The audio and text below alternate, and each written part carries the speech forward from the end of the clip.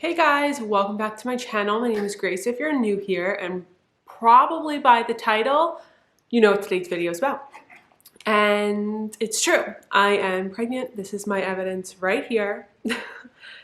I have more evidence as well that I'll have on the screen. I've already had multiple ultrasounds and sonograms, or no, that is an ultrasound, pictures and all of that. So yeah, I'm pregnant and I'm very, very excited. I'm at the very end of my first trimester and I am due in the spring. And as I am farther along and I'm like more used to talking about it, I'm sure I will share more details, but right now I feel so like protective over the information and over the pregnancy itself that I'm just not ready to share everything, you know? But I am ready to share the whole fact that I am pregnant, and we'll just start off with how I found out because I feel like that's the most common question. But I found out really, really early because my husband and I, were trying. So if you watch my videos, you know, but if you're new here, I had a miscarriage in July. So when I got pregnant in May, we were trying. It was very soon after we started trying, which I felt so lucky to have gotten pregnant. It was our second cycle trying. I felt very lucky to get pregnant on my second cycle because I know that is not the case for so many people who are trying to get pregnant. And my heart is really with people who have had miscarriages or infertility or just are struggling to get pregnant, because I know firsthand, you know, what a loss is like, and it's sort of like an indescribable thing. If you've never gone through it, it's so hard to describe because like when you have a miscarriage so early on, I was like 6 or 7 weeks, people kind of expect you to like get over it. They like don't understand really why you're so upset. And it's like, okay, yeah, I may have only been pregnant for 6 weeks and only known about it, let's say for 2, but in those 2 weeks you think about the future and when you're going to give birth and is it going to be a boy or a girl and all the stuff. So it is a loss just like any other loss. So my heart is really with people who have experienced that and are struggling with that. So after my miscarriage, I had my first regular cycle in August and we got pregnant right away, which again, I am so happy that that happened. I don't know. I'm just very happy that it happened that way, and I'm very lucky, and I'm not taking that for granted at all. So I did get pregnant right away, and I told Jesse, obviously, as soon as I found out, but the way that I found out I was pregnant was just by a very, very faint test. As you can see, it's like the line isn't even there, but I could see it, and I took pregnancy tests like 7 days past ovulation, probably even earlier, and if you know about like trying to conceive, like you're not going to get a positive pregnancy test until like 9 days at least. So taking them any earlier is just like pointless, but I was like addicted to taking them. And I got a very faint positive at 9 days past ovulation. And then on 10 days, I got a little bit of a darker line, but still like not even there almost. And I got a positive digital pregnancy test, which is this one. And it's a testament to their battery life because it's still going. And that is how I found out. And that's how I told Jesse. I just showed him the test. I didn't know what else to do. Like I could have set it out on the bed with like a little onesie, blah, blah, blah. But I was like, no, I just want to tell him and like get it over with. I didn't film it, so we don't have any of that. And I didn't film me telling my parents or anything either. So sorry, not much content there, but I did just tell him. And my sisters figured it out right away as well. So Kat was out of the bag pretty soon on that. And that's where we are. So symptoms wise, like leading up to when I got a positive, I really didn't have any symptoms because again, I was 9 days past ovulation. However, it sure did change because at the beginning of my 5th week, the end of my 5th week of pregnancy, the nausea kicked in. So at first it was a Sunday and I was just nauseous all day and I was like, okay, like this sucks. Monday it wasn't any better. Tuesday, it was really bad. And then Wednesday, I was actually working from home that day because I had my first doctor's appointment. I was so nauseous. So when I went to the doctor, I was like, listen, like I'm really sick. And I'm not just like nauseous, I'm like throwing up because I I couldn't eat, I couldn't drink, I couldn't even eat bread or saltines. And all the little hacks that people are like, have saltines before you get out of bed, have a ginger lollipop, have a ginger ale, have a seltzer. I'm like, dear, do you think that I did not try that before I threw up 800 times today? I told the doctor all of that, and she's like, okay, I'm gonna start you on this medicine. It's specifically for morning sickness, blah, blah, blah. I started it, it didn't work. So that weekend was Columbus Day. So I had off, well, I was working from home Friday, had off Monday. So I had a long weekend. So Thursday evening, I got in bed. I did not leave bed until Tuesday morning when I had to go to work. I was so sick that whole weekend. I maybe like ate 1,000 calories. I maybe had like one thing of water. It was so bad. Every single thing I ate, I had to throw up. It was almost like the most violent hangover of your life that lasted 4 days. And as someone who's been violently hungover, like more times than I choose to admit, this was like the worst thing I've ever really felt.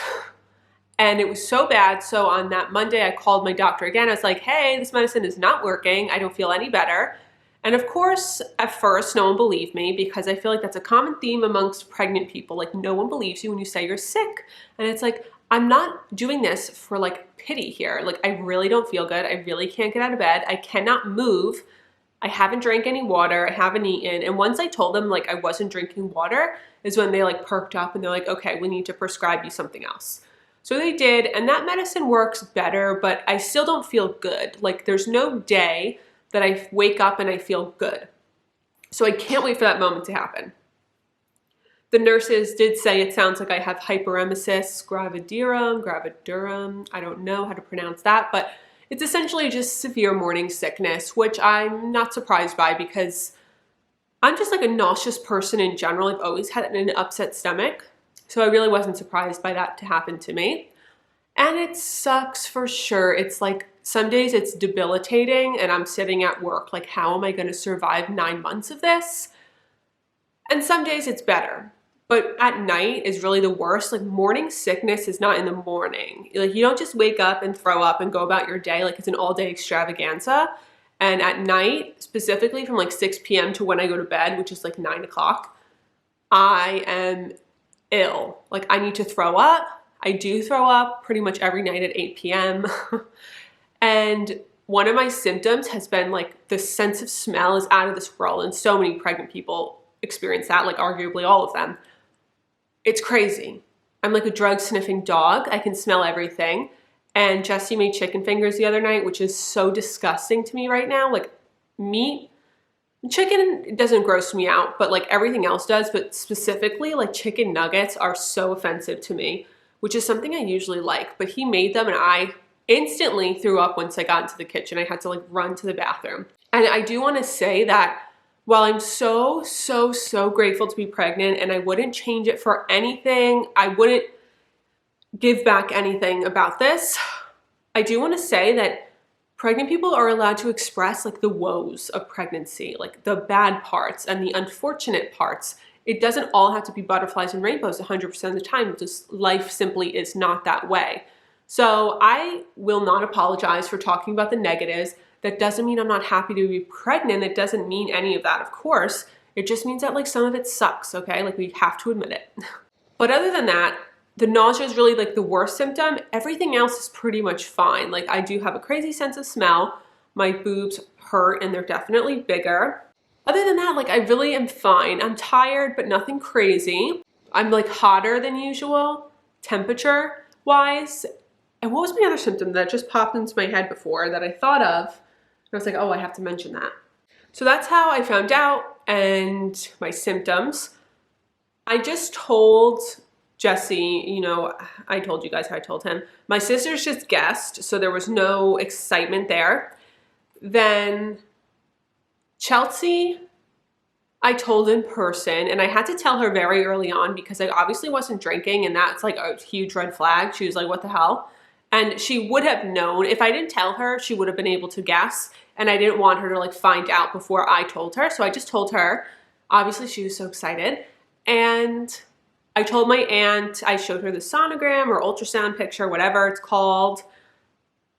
And Jesse's family, we did like a big group text because it's so hard to get all of them together. There's so many, they live all over the place. So we just did a group text and everyone's very happy for us, of course. And it was all very exciting, but I didn't film any of it. And that's why I haven't been filming. I did film a night routine the other day that I will be posting after this video. But other than that, I haven't filmed a single video since like the very beginning of October. And I didn't intend on stopping filming. It wasn't like, I'm not gonna film my early pregnancy because I don't want anyone to know. Like, it really wasn't like that. I just got so sick. Like, the second I started being nauseous all day and throwing up, it's like, I cannot film. Like, I don't have the energy. I don't have the attitude. Like, I was so miserable and I don't do anything. Like, I would get up and go to work and come home and go to bed, and that's simply it. And I still pretty much do that, but I feel a little bit better. And I just couldn't film because it would be a constant lie, like, hey guys, so tired today. Hey guys, oh, like, here's my fake glass of wine. Like, I couldn't do it. I couldn't do it. And I didn't want people guessing and being like, I think she's pregnant. Like, I loathe those comments. I actually got a few of those comments on my video right before this, which is like the last vlog that I posted before I got sick, and I deleted them because they really bother me. Like, when I posted my video about the miscarriage, I said, like, guessing someone is pregnant, even if they are, it's annoying. Like, sorry, I have to move back because the sun. It's annoying because obviously if you're not telling people you're pregnant, it's because one, you aren't, or two, you don't want people to know. So it's like, respect privacy, people.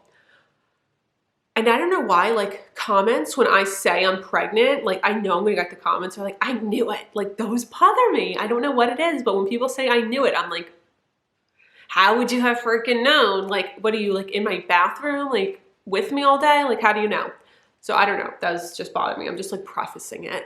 So I've had a few doctor's appointments already. I am high risk because I have had a miscarriage and an ectopic pregnancy. So I get more appointments, which is great because I get to like be more reassured.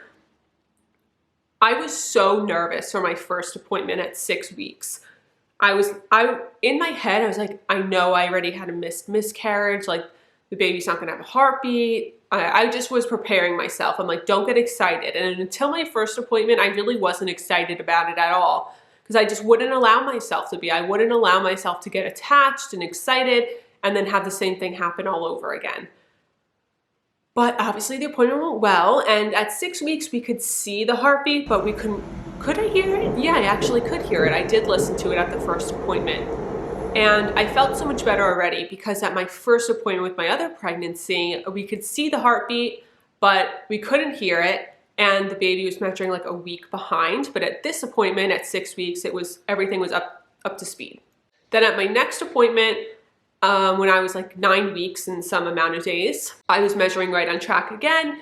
I could see the heartbeat, hear the heartbeat, and I could see the baby moving. Like, it has these little arms that are like nubs at that point, but I could see them moving. It was crazy. It's so crazy that at 9 weeks, like at 6 weeks, it's like a speck, like a poppy seed. And then at 9 weeks, it's like a gummy bear. It's like, it grows that much in 3 weeks. So no wonder why you're so sick. It's like, because your body is growing this being that moves and has like a heart and some resemblance of a human being. It's crazy. So that was that appointment. And then I had another appointment and I had blood work and all these other appointments and blood work things. And I did do the NIPT test as well.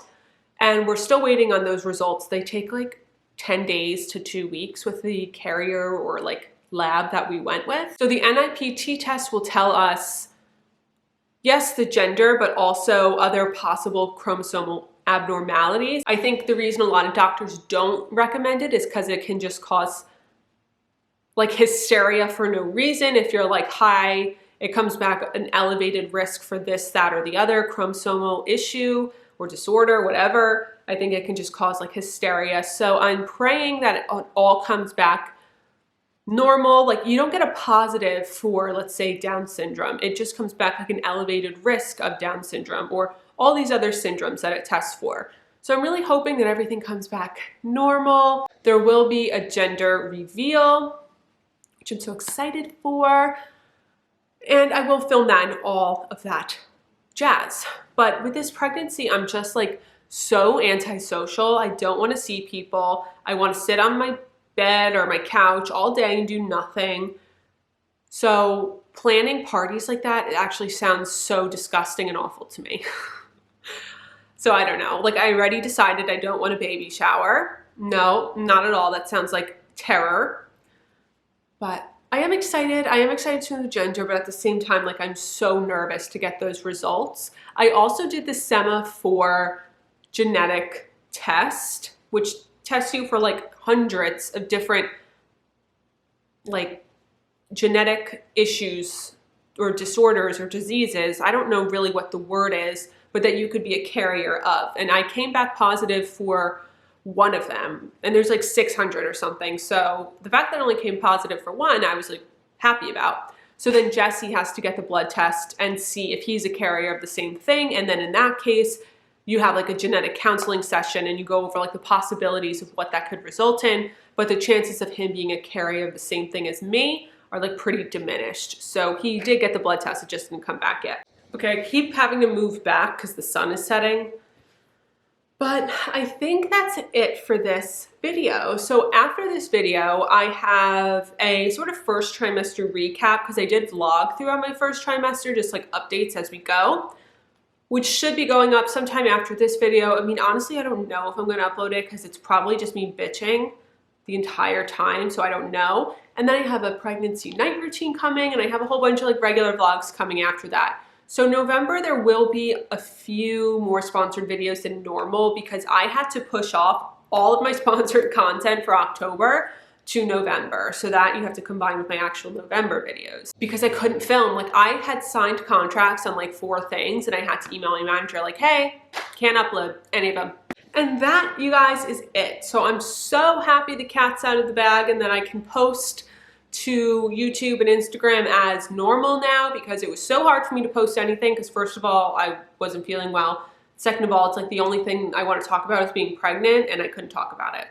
But now that I'm like farther in and I feel more comfortable talking about it, I'm very happy. So before I go, I do want to just put it out there that there's no safe time to announce a pregnancy. And I see this all over TikTok because I like follow a million moms, and the comments on their pregnancy announcements when they announce like kind of early are just disgraceful. People are like, well, you announced early, like, you know, you never know what could happen. Like, what if you have a miscarriage? You shouldn't announce this early. Like, first of all, you're never safe in a pregnancy. Like, you can have a late-term pregnancy loss. You can be 38 weeks and have a pregnancy loss.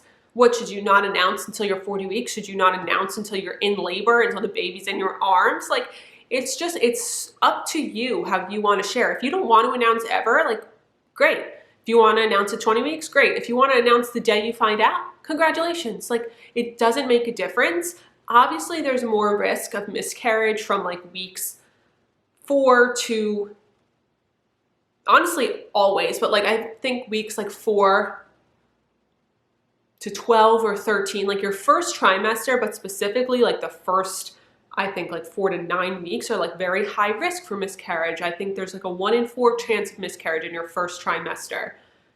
So obviously there's more risk, but it doesn't mean like because you told someone, like now your risk has increased. Like you told someone at 4 weeks and your risk was 1 in 4. Well, if you told them at 1 in 4, like now you actually have a 50% chance. Like that's just not how statistics work, people. I just don't understand. Like, let people live. Like if they want to announce they're pregnant when they're 2 seconds pregnant, just do it. But anyways, I'm so happy to have shared this news, and I'm obviously so very happy to be pregnant.